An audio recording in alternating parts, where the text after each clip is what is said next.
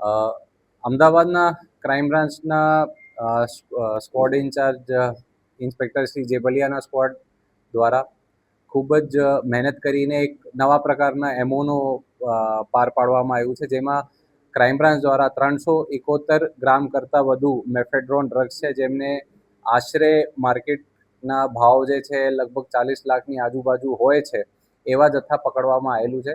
એમાં જે મુખ્ય આરોપી છે એમની પોલીસ દ્વારા આસુરામ ભાદુ આરોપી છે, એમની ધરપકડ કરવામાં આવેલી છે અને બાકીના આરોપીઓ છે એમના માટે પોલીસ શોધખોળ કરી રહી છે.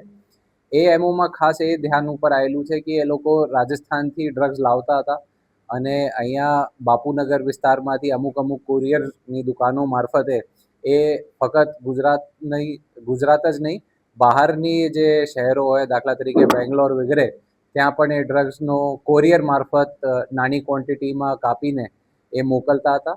એ એટલા માટે કરતા હતા જેથી કોરિયરની દરેક ડબ્બા ખોલીને ચેકિંગ કરવાનું થોડું અઘરું હોય છે, કઠિન હોય છે. એ કઠિનાઈના દુર્લાભ લેતા એ લોકો આવી રીતે ચલાવતા હતા, જેના પર્દાફાશ ક્રાઇમ બ્રાન્ચ દ્વારા કરવામાં આવેલું છે અને આગળની તપાસ ચાલુ છે. એ લોકોના ઓલરેડી અગાઉ વોટ્સએપ ગ્રુપ અને જુદા જુદા ટેલિફોનિક રીતે એ લોકો ગ્રાહકોના સંપર્કમાં હતા. અગાઉ એમને બીક પણ લાગેલી હતી કે ભાઈ એ રૂબરૂ આપવા જઈશ તો કોઈ પોલીસને બાતમી મળશે તો કોઈ એ બાતમીદાર મારફત કે પોલીસ એમનો અટકાયત કરી શકે છે. તો એ લોકોને લાગ્યું કે ભાઈ પોલીસથી બચવા હેતુ એ કોરિયરનો દુર્લાભ લઈ શકે છે. તેમ છતાં અમારી જે ટીમો હતી એમના બાતમીના આધારે ખૂબ જ સૂઝબૂઝ રાખીને આ એમઓનો પર્દાફાશ કરવામાં આવેલું છે અને અગાઉ એમને ક્યાં ક્યાં શું ડિલિવરી કરેલી છે અને એ જે એમનો આર્થિક લાભ લઈને કઈ કઈ પ્રોપર્ટીઓ વેબસાઇટ કરેલી છે એ દિશામાં પણ અમારી તપાસ કરવામાં આવી રહી છે. પ્રાથમિક દ્રષ્ટિએ અત્યારે એક જ કોરિયરનું નામ સામે આવ્યું છે, પણ એ વિસ્તારમાં ઘણા બધા કુરિયરની દુકાનો હોવાની એવી આપણે માહિતી મળેલ છે. તો એ કુરિયર અને એમના માલિકો અને આજુબાજુના જે કંઈ આવી પ્રવૃત્તિમાં શંકાસ્પદ લોકો હોય તેમની પૂછપરછ કરવામાં આવશે. આરોપીના એમાં આપણે ગુનાહિત ઇતિહાસ તો હાલમાં ધ્યાન ઉપર આવેલું નથી, પણ એમને અગાઉ જે ડિલિવરીઓ કરેલી છે તેમની બાબત અમે તપાસ કરવામાં આવેલી છે. આ કેસમાં પણ બાલોતરા રાજસ્થાનથી આ લોકો એમડી ડ્રગ્સ મંગાવતા હતા અને જુદા જુદા જગ્યાઓ એ કોરિયર મારફત મોકલતા હતા.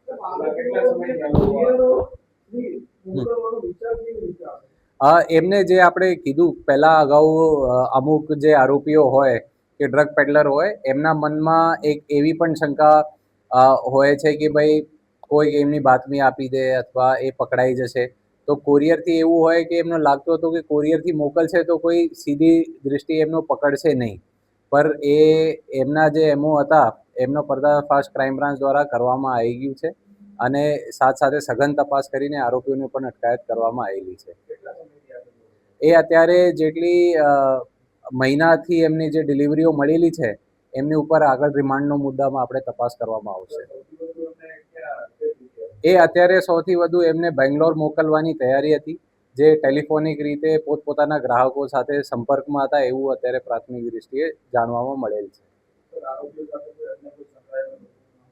આરોપીઓના જે કંઈ આપણે તકનીકી ડિવાઇસીસ કબજે લેવામાં આવેલું છે એમની એફએસએલ મારફત તપાસ કરાવીશું અને એમાં જે કંઈ સંકળાયેલા આરોપીઓ મળશે એમની આપણે અટકાયત કરીને કડક પગલાં લેવામાં આવશે.